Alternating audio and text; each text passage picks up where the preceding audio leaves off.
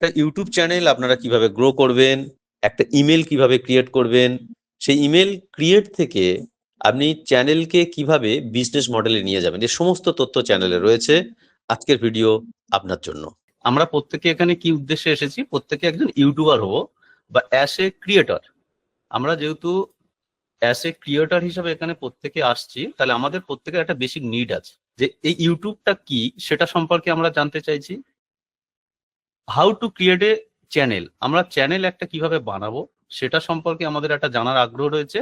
R way to earn money from YouTube, যে আমরা কিভাবে ইউটিউব থেকে ইনকাম করব, সেটাও কিন্তু আমাদের প্রত্যেকের একটা মূল লক্ষ্য থাকে যে ইনকামের প্রসেসটা কি। এই তিনটে জিনিস নিয়েই কিন্তু আমাদের যত চিন্তা ভাবনা, যে আমরা এই ইনকামটা কিভাবে করব, চ্যানেল কিভাবে ক্রিয়েট করব, ইউটিউব কাজ করব কিভাবে, এইগুলো নিয়েই কিন্তু আমাদের প্রত্যেকের একটা করে জার্নি শুরু হয়। ইউটিউব থেকে কিভাবে ইনকাম করব, এই কোশ্চেনটাই কিন্তু মেন প্রত্যেকের। যদি কারোর ইউটিউব চ্যানেল ভালো মতো গ্রো হয়ে যায়, তাহলে আমাদের কিন্তু এরকম টাকার মেশিনই মনে হয়, কিন্তু গ্রো না হলে সেটা কিভাবে টাকার মেশিন হবে সেটা খুব কষ্টকর হয়ে যায়। এবারে আমরা ইউটিউব থেকে কি ধরনের আর্নিং করা যায় সেই বিষয়টা নিয়ে আলোচনা করে নিই। প্রধানত ইউটিউবের যে আর্নিং মডেল রয়েছে সেটা দুটো টাইপ। একটা হলো ক্রিয়েটর মডেল আর একটা হলো বিজনেস মডেল। এবার আমরা স্টেপ বাই স্টেপ এগুলো নিয়ে ডিসকাস করব। ক্রিয়েটর মডেল মানে কি?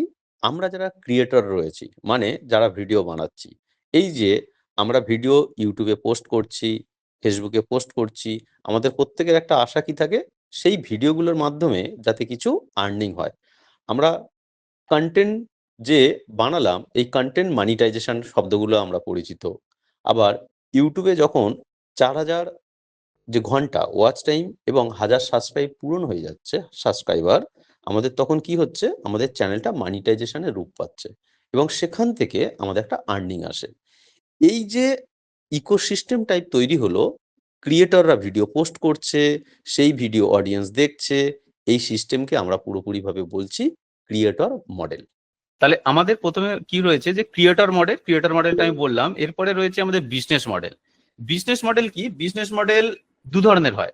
একটা হলো ইউটিউব কিভাবে আমাদের সাথে বিজনেস করছে, আর একটা হলো কিছু থার্ড পার্টি কোম্পানি আছে। থার্ড পার্টি কোম্পানি মানে এমসিএন, এমসিএন multi channel network, CMS, CMS মানে কন্টেন্ট ম্যানেজমেন্ট সিস্টেম।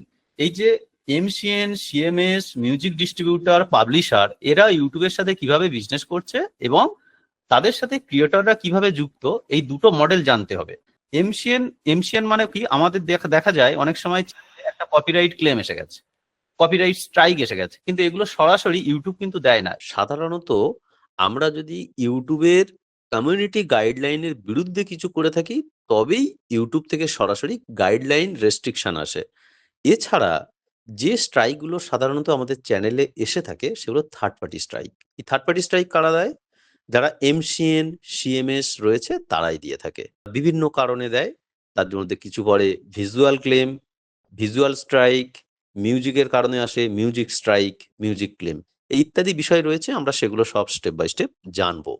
আর বিজনেস মডেলের তফাৎ এখানে, বিজনেস মডেলে তুমি ফ্রেশ না দেখিয়েও কাজ করতে পারবে এবং তোমার আন্ডারে 100 হোক, 500 হোক, 1000 হোক, যত খুশি চ্যানেল রেখে দিতে পারো, তাতে কোনো সমস্যা নেই। আমরা এই জায়গাটা একটুখানি ডিসকাস করি।